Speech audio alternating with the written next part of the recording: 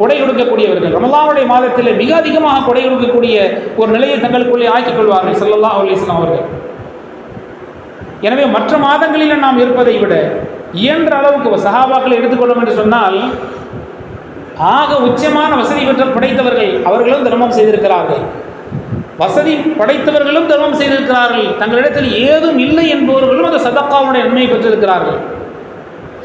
உல்பத் பின் Zaid ரலியல்லாஹு அன்ஹு என்கிற ஒரு சஹாபி, நபி தோழர் ஸல்லல்லாஹு அலைஹி வஸல்லுடைய தோழமையை பெற்றவர்கள். ஸல்லல்லாஹு அலைஹி வஸல்லம் அவர்கள் சதக்காவை பற்றி அதனுடைய மேன்மைகள் அதனுடைய நன்மைகளை பற்றி சதகா செய்யுமாறு சஹாபாக்களுக்கு அறிவுரை கூறிய போது இவர்களிடத்தில் ஏதும் இல்லை. சதகா செய்யக்கூடிய ஆசையும் தேட்டமும் இருக்கிறது உல்பத் பின் ஸைத் ரலியல்லாஹு அன்ஹு அவரிடத்தில். ஆனால் அவரிடத்தில் அதற்கான பொருளாதார வசதி இல்லை. எனவே பெருமானார் ஸல்லல்லாஹு அலைஹி வஸல்லம் அவர்கள் சொல்லிவிட்டார்கள், ஏதாவது நாம் செய்ய வேண்டும் என்பதற்காக வேண்டி அவர்கள், யா ரசூலல்லாஹ், என்னிடத்தில் ஏதும் இல்லை, என்னுடைய கௌரவத்தையும் மானத்தையும் நான் தர்மமாக தருகிறேன் என்று சொன்னார்கள்.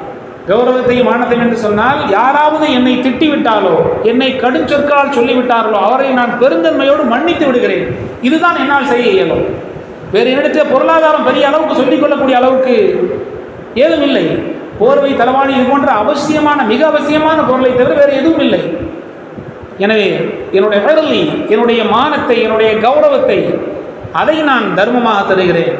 அப்படியானால் யாராவது என்னை திட்டிவிட்டாலோ என்னுடைய கௌரவத்திற்கும் கண்ணியத்திற்கும் பாதகம் வரும் கூடிய நிலையில் என்னை யாராவது பேசிவிட்டார்கள் என்று சொன்னால் அவர்களை நான் மன்னித்து விட்டு விடுகிறேன் என்று அவர்கள் இவ்வாறு ஒரு தர்மத்தை நான் செய்கிறேன் என்று சொன்னார்கள். மறுநாள் காலையில் பெருமானார் ஸல்லல்லாஹு அலைஹி வஸல்லம் அவர்கள்